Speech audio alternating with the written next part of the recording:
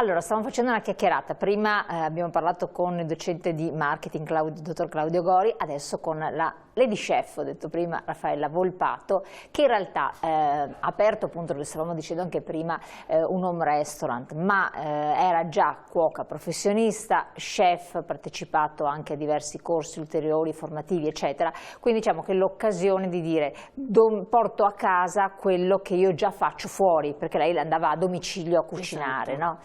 E quindi la sfida di aprire casa propria perché aveva le dimensioni e la disponibilità della famiglia. Certo, sì. Perché? La casa è grande, è stata dislocata. E la famiglia è compiacente. Ed è contenta perché poi tra l'altro mangiano anche bene, perché invece di mangiare la solita pasta asciutta o bistecca, nel periodo che io preparo i menù hanno la varietà di scelta anche loro, insomma, e poi mi fanno anche da test, mi dicono guarda ci vuole un po' di più sale oppure niente di particolare, perché insomma ci tengo a avere una cucina anche sana, genuina, col fatto che poi io tra l'altro sono un'allergica, di conseguenza tutto quello che metto nel piatto deve essere fresco e non trattato con i conservanti.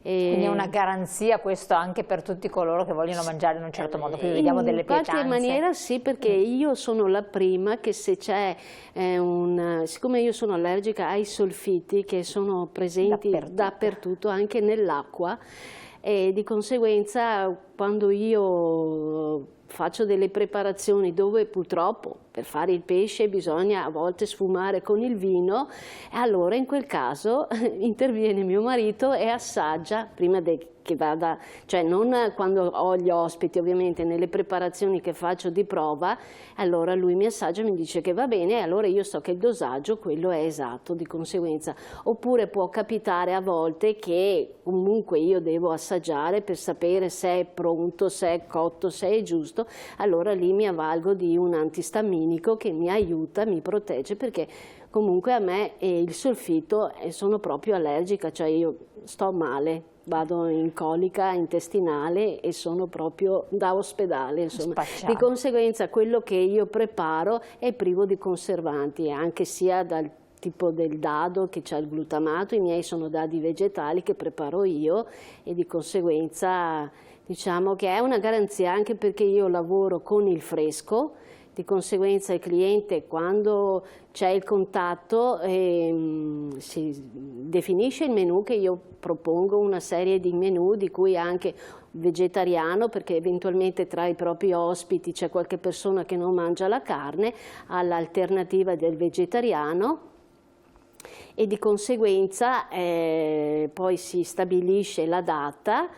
E poi la procedura è questa, cioè praticamente 3 giorni prima dell'evento, anche nella fase di trattativa viene richiesto un acconto, proprio perché mi serve per andargli a fare la spesa fresca. È come io andassi a casa sua a fare l'evento invece di farlo a casa loro, che comunque io penso che anche per chi viene da me, insomma, anche per la padrona di casa si sente rilassata, che non ha bisogno di, per quanto siamo bravi, che stiamo attenti e tutto quanto, ma il fatto di avere una persona in cucina che non è lei, magari ha delle attenzioni, che si sente preoccupata e non si gode la giornata, la sua festa. Di conseguenza, venendo da me, lei è rilassata, la sua casa rimane bella, viene da noi e c'è uno spazio, è un modo diverso, perciò è festa anche per la festeggiata, perché a volte da me vengono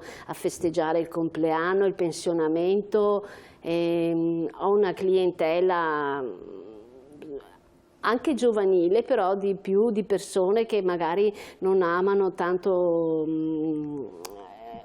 magari andare nel ristorante, vogliono una cosa più intima. Dove c'è tanta gente. Poi col discorso del Covid c'è stato proprio una richiesta maggiore al mio home restaurant, proprio perché magari portano, siccome facendo eventi così di compleanni, lauree, oppure domenica per esempio ho avuto una cresima comunione, avevano i nonni, preferiscono venire su un ambiente più, perché io faccio solo a nucleo familiare, cioè la casa è destinata solo per loro. E quindi anche la persona anziana riesce a trovarsi a suo agio? Sì, si trova a suo agio, perché praticamente magari sono un po' delicati di salute o hanno qualcosa, insomma arrivano che... Un ambiente più contenuto, anche come rumori contenuti. Esatto, più Io contenuto. prima guardavo anche le foto che mettevano in onda dalla regia, che sono le sue preparazioni, eccolo sì. qua.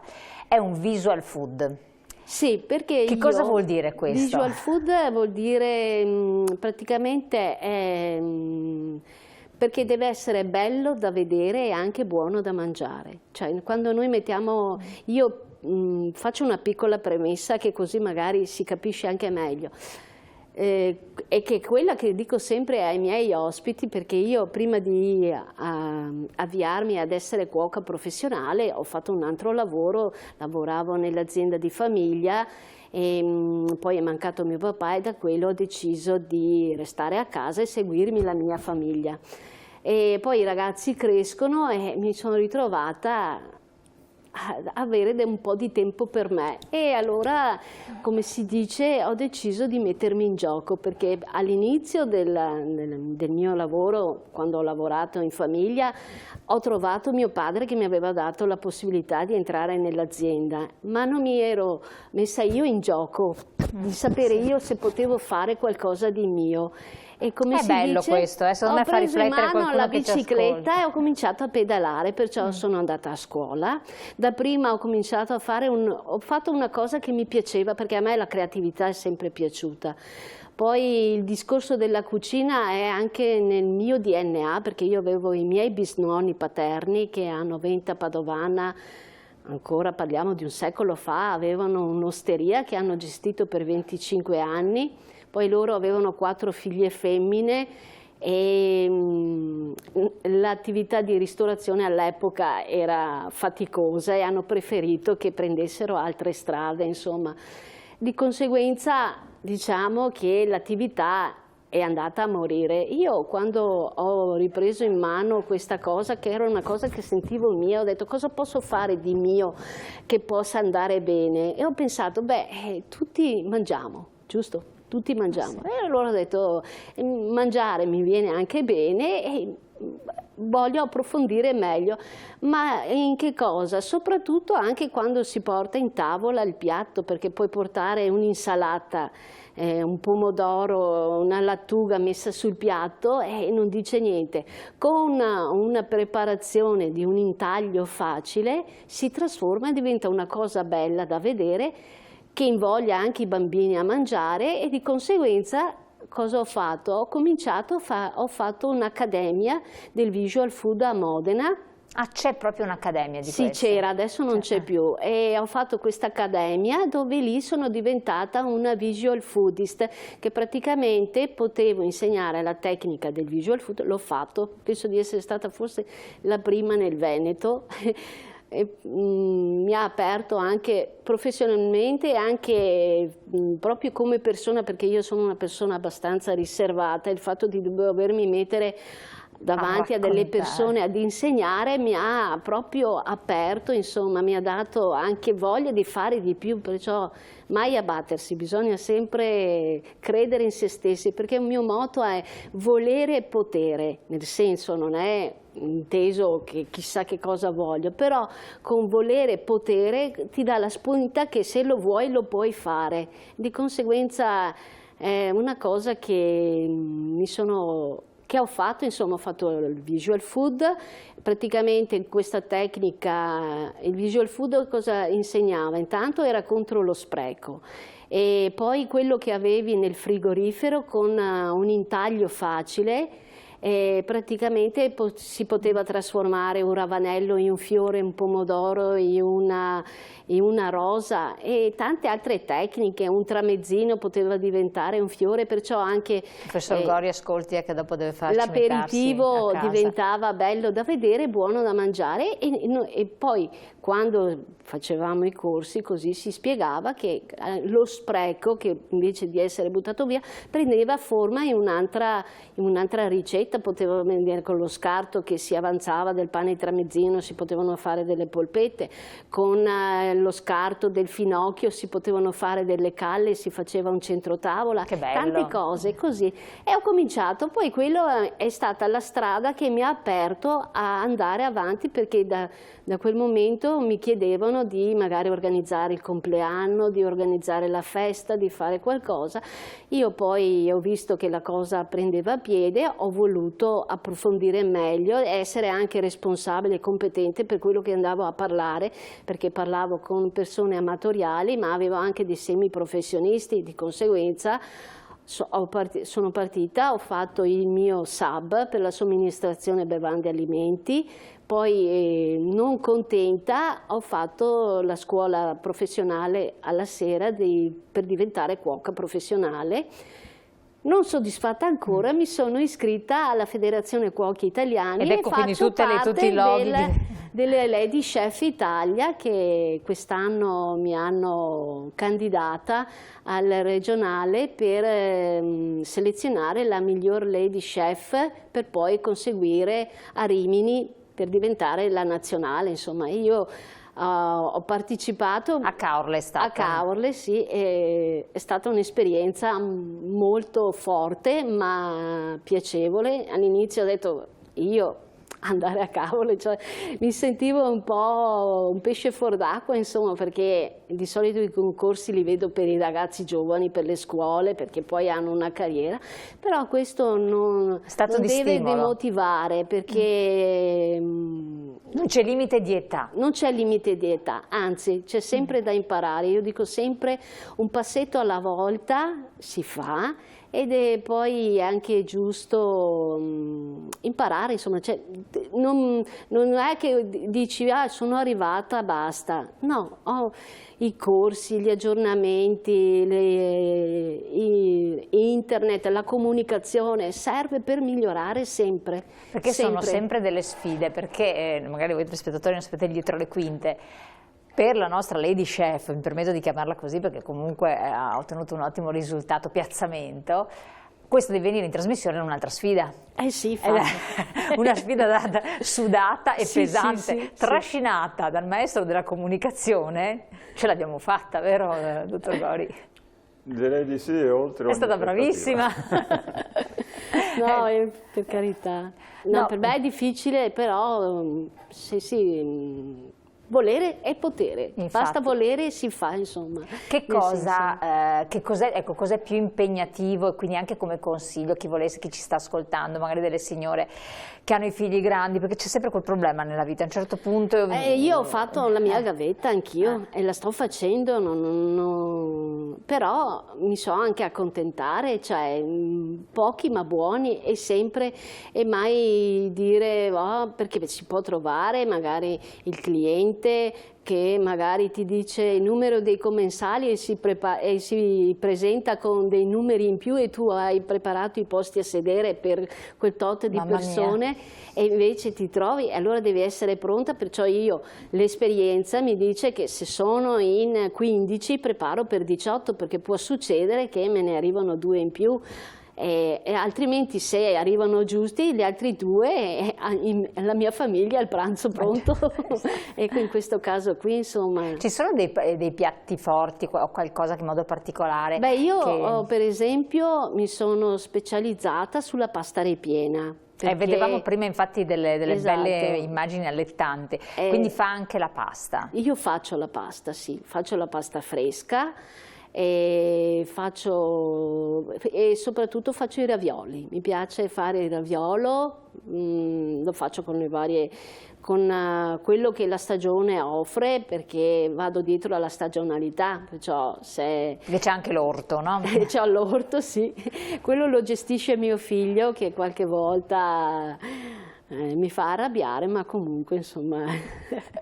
Quindi i ravioli possono avere vari contenuti? Esatto, perché ci sono, per esempio, questo che stiamo vedendo era al radicchio, e se no di solito io li faccio ai pomodori secchi, oppure per esempio quelli che ho fatto domenica, che avevano, c'erano i commensali con il menù normale, e avevano quelli con la farcia di pomodori secchi, ricotta, caperi e una grattugiata di bergamotto, e accompagnati con una stracciatella e un pomodoro confit, mentre quelli vegani per esempio erano fatti con delle erbette e poi avevano all'interno per addensare la patata con il tofu e poi conditi con del pomodoro rosso, sempre un passato di pomodoro che preparo io, con delle briciole di noci. Che bello, ma tutte queste cose, queste idee, perché anche creatività, perché anche visual food è creatività, per quello dicevo arte, perché bisogna in qualche modo anche disegnare. A me piace, io le mie idee preparo i menù, proprio perché quando lo vado a preparare, infatti per me quando mi chiedono dei menù pronti in base alla stagione, di solito un menù non è che viene fuori così in 3 minuti, cioè ci sono giorni di pensamento, di prove, sopraprove, perché magari si pensa una cosa ma poi quando la realizzi il gusto è diverso, di conseguenza deve perché le essere... ricette se le inventa lei? Sì. Ah, ecco. Un po' magari... Sì, vabbè, le indicazioni di massima ci devono essere. Le indicazioni di massima, ma magari l'abbinamento lo vedo, ma secondo me ci vuole qualcos'altro, magari una spezia che lo valorizza di più, insomma. Ecco, e i dolci? E i dolci, anche la pasticceria mi piace molto, è una cosa che seguo io personalmente. Perché sono difficili? Cioè, che in genere chi lo chef dei primi, dei secondi, del salato non è il chef del dolce. No, io parto dall'aperitivo che preparo io, faccio delle ascolane, poi accompagno sempre a qualcosa di salato, che possono essere delle rose in pasta sfoglia. Questo è il dolce, è questo che vediamo. Ecco, invece i dolci, per esempio, faccio sia anche la sfoglia. Questa è una mille sfoglia con una crema chantilly accompagnata con dei lamponi, avevo fatto un gelé ai lamponi e poi dell'ananas, o se no preparo delle frolle artistiche, le chiamo io, perché a me piace molto, per esempio quando c'è un evento, andare a personalizzare il dolce con dei biscotti che vanno a richiamare, non so, magari il lobby del festeggiato. Per esempio mi capita spesso che ho signori che sono amanti del cucito creativo e allora io ricreo la macchina da cucire, la forbice, il cutter, fatte sempre di frolla, con magari ripassate sotto il cioccolato, perché la frolla con il cioccolato si abbina bene, magari delle briciole di noce di cocco, il cocco grattugiato, oppure le nocciole o le mandorle, poi dipende anche lì se io so, perché quando io mando i menù chiedo sempre le allergie e le intolleranze in modo da poter preparare cose che non abbiano problemi ai commensali che mangiano, insomma. La sua prossima sfida, che siamo ormai verso la chiusura della trasmissione. Ne ha fatte tante, ha fatto concorsi, corsi. Sì, mi piacerebbe, se sarà riproposto il discorso del concorso nazionale, sicuramente. Se mi vorranno riprendere vorrei ripartecipare per andare un po' di più avanti, e se no una cosa che mi piace molto, perché con la federazione, essendo le Lady Chef, ogni anno fanno parte della cucina di Sanremo e mi piacerebbe entrare nella sezione Veneto e andare della cucina di Sanremo, non sapevo neanche di Sanremo, perché l'associazione, la Federazione Cuochi Italiani è presente molto, è una grossa realtà, insomma, e merita. Assolutamente, poi è giusto che ci sia anche una componente femminile originale come la sua. Maria, la ringrazio tantissimo. Grazie. Allora, tra l'altro il Vecchio Brenta è diciamo, l'home restaurant che lei dirige con tutta la famiglia, perché coinvolgiamo anche la famiglia, visto che il marito si occupa dei vini, a quanto ho capito, il figlio c'ha l'orto, insomma un po' sono tutti quanti coinvolti in questo, che è in provincia di Padova comunque. E una battuta di chiusura, dottore. Beh, la comunicazione colpisce anche da un punto di vista oculosensoriale o papillogustativa, quindi tutto comunica. L'importante è, proprio concludendo in pochi secondi, comunicare, illustrare i propri sentimenti, così come l'ha fatto Raffaella in questi momenti. Ma infatti ha saputo trasmettere una passione in modo incredibile, quasi contagiosa per magari una persona che dice ma che cosa faccio adesso della mia vita, cosa potrei fare, preparandosi, studiando. È stato bello anche questo passaggio, non improvvisarsi, apro le porte di casa così. Bisogna partire a passi piccoli, esatto, perché se si va al passo più grande si cade, ci si fa male. Bisogna accontentarci, bisogna fare la gavetta, cominciare con una passi perché poi le persone sono molto esigenti, per cui è bello anche... No, perché poi dopo se tu parti, tutto bello, l'ambiente, tutto quanto, fai un piatto e poi magari lo presenti freddo, magari è scondito, sei finito, perché il cliente ha mangiato male e il tuo passaparola decade. E là torniamo alla comunicazione. Allora, Raffaella Volpato, grazie di essere stato qui con noi, dottor Claudio Gori, grazie anche a lei di averci supportato in questo capitolo. Cari telespettatori, io vi lascio naturalmente alla pubblicità, poi ci troveremo insieme con altre interviste, tra poco quindi.